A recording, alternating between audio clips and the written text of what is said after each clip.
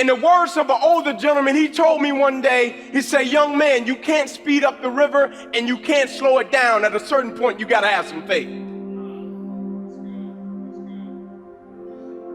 How many times do we get redirected and we don't know what we're being protected from and we're fussing and we're mad about it? Like when I'm in the airport and my flight get delayed and people go to fussing and I see them getting mad and like I got to walk off. They're about to make me mad, right?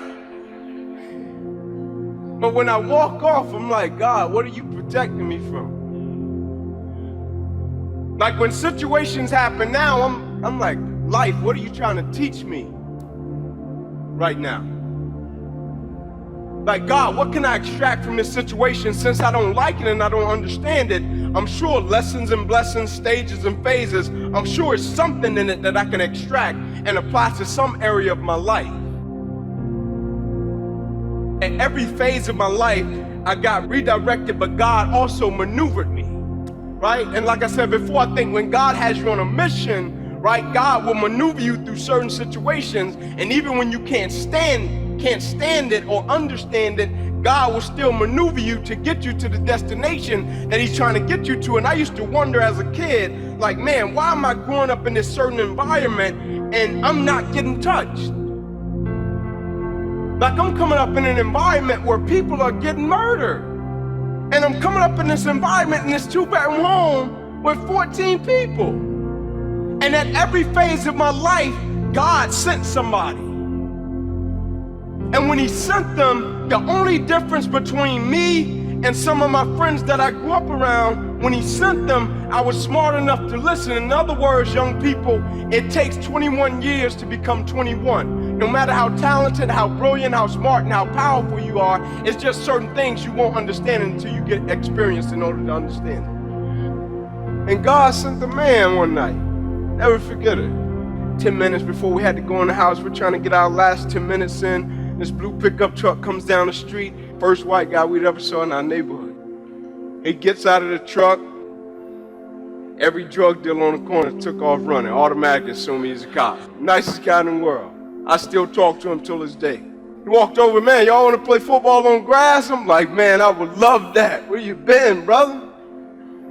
He's like, go and get your guardian. I go in the house, my Uncle JJ is there. I'm like, Uncle, will you please come and talk to this guy? Uncle comes outside. Guy extends his hand. Hey, man, Trey Hirsch. Don't even supposed to be in this neighborhood. Dropped the kid home, 3 blocks up, rode down just to see what it was like. And his exact words, I see these knuckleheads playing tackle football in the street. He said, I run a league across town. Think if you bring him out, sign him up, great opportunity, really help him. My uncle responds, sir, we greatly appreciate it. He said, but I hate to inform you, we just don't have the money for anything like that. And he pointed at me. He said, his mother, she's working a double shift at Wendy's right now. She definitely don't have it. And he said the other 3, their fathers are in and out of prison. So it's definitely not happening. That's why they're in the street. Coach, without any hesitation, says, I tell you what, you bring him to the park tomorrow, I'll pay for it. Didn't even see us play. He just see us out there tossing the ball around, and he turned his truck up, and he just seen some kid. Meaning he didn't see no moves, he didn't see my little spin off, he didn't see none of that, right? My uncle said, okay. Uncle brought us to the park the next day.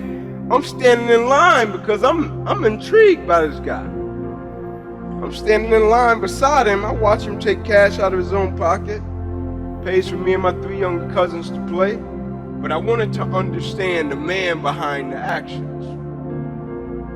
Because it wasn't something that he did just for us. He did it for anybody that he felt was in need, meaning it was his essence and who he was as an individual. It wasn't a front. And so most nights I'll be in the park late, 9:30, 10 o'clock, waiting on my mother to get off the shift at Wendy's. She worked right around the corner. One night she couldn't make it. She called Coach, can you take Inky home? I can't get off work. He said, sure. He said, Inky, I'll drop you off last. You live right by Turner Field. I was 5 minutes away from Turner Field. And so we get to my house. I get out of his truck. I'm standing on the sidewalk and back to my house, and Coach is looking out of the window. And he says, all right, Ink, catch you later. And I said, Coach, can I ask you one question? He gets out of the truck, he comes around, he said, what you got, Ink? I said, I'm not trying to be disrespectful when I asked this. He said, what you got, man? I said, why do you do what you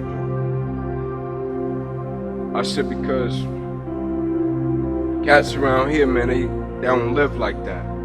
Like it's always a catch-22 when they do something for you. It's not genuine, it's not pure. I said, why do you live your life that way? And he said to me, son, I'm gonna tell you something. And he said, I don't want you to ever forget it. And in its simplicity, it was yet profound when he said to me, as long as you make sure that somebody else's life is okay, he said, God will make sure that your life is okay. And he got in his truck and he left. And the way I processed it was, as long as everything I aspire to get, everything I want, everything I'm connected to, and everything I'm a part of, as long as the purpose is always greater than me, I'll be fine. Like, I ask people one question all the time. I'm like, what is it you want? Like, what do you want? People, I want money. I'm like, cool, all right, yep. I'm like, but the true measure of your wealth is if you got it and you lost it, then how much would you be worth? I mean, how much is your character and your integrity worth? Because that's the most valuable possession that we got.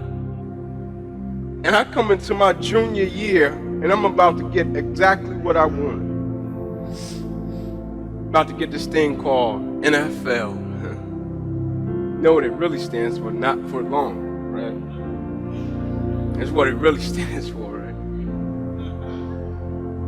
And I'm 10 games away from this dream that I wanted my whole life, right? This thing that I've been working for my whole life. My whole life is dedicated to this one game. And I go out in a silly game against Air Force, 2 minutes left, and I go to make a tackle that I can make with my eyes closed. And I hit this guy, and as soon as I hit him, I knew it was a problem, but I didn't think it would be this type of problem. Like, you know how when things happen, you're like, I didn't expect that, but I don't think it's gonna be anything too crazy. And when I hit him, every breath in my body left, my body goes completely limp, I fall to the ground, I blacked out, my eyes open, I'm still not, too concerned, because it's football. I told Pastor, I never thought about a career-ending injury. You have injuries within the game. When my eyes open, guys run over, Ink, let's rock, man, let's go, let's finish him off. And I'm like, I can't. He said, what do you mean you can't? I said, I can't move. They put me on the spine board, wheeling me off the field. Doctor says to me as he's walking beside me, I don't know how you're still alive, son, you don't have any pulse. We get to the ambulance, my father's standing there, I'm like, Pops, I laid it on him, right? I put it on him, right? My dad's like, yeah, but I think you got the worst part of this one, eh? Mom comes in, kisses, prays, son, you'll be fine. She's going to walk out, doctors rush in, head boy says, hey man, we got to rush him back to surgery, he's about to die. And he says to me, you ruptured a subclavian artery in your chest, you're bleeding internally. If we don't perform this surgery tonight, I guarantee you, you won't be here in the morning. From 7 years old to 20 years old, boiled down to one moment. The sacrifice, the dedication, the commitment came down to one moment. And the next morning I woke up from that surgery, the NFL on my scale of life, that big. And people have the nerve to ask me all the time, Inky, why wouldn't you change what happened to you? You got a paralyzed right arm and hand. I'm like, if you only knew and if you only saw the works that God has done in people's lives around me. What he's done in me, yeah, it's great, it's cool. But what God has done in the people's lives around me, like, you can't put a price on that. Like, at a certain point, like, what is it really about? Like, and I know the initial reaction when we go through things is to say, man, why did this have to happen to me? And this is an honest reaction. Because sometimes good people go through some crazy stuff. And some of the things we go through, I'm gonna just be real, it's not a scripture for it. But this is what I've understood. In life, some people don't need you to preach a sermon, they need you to live one.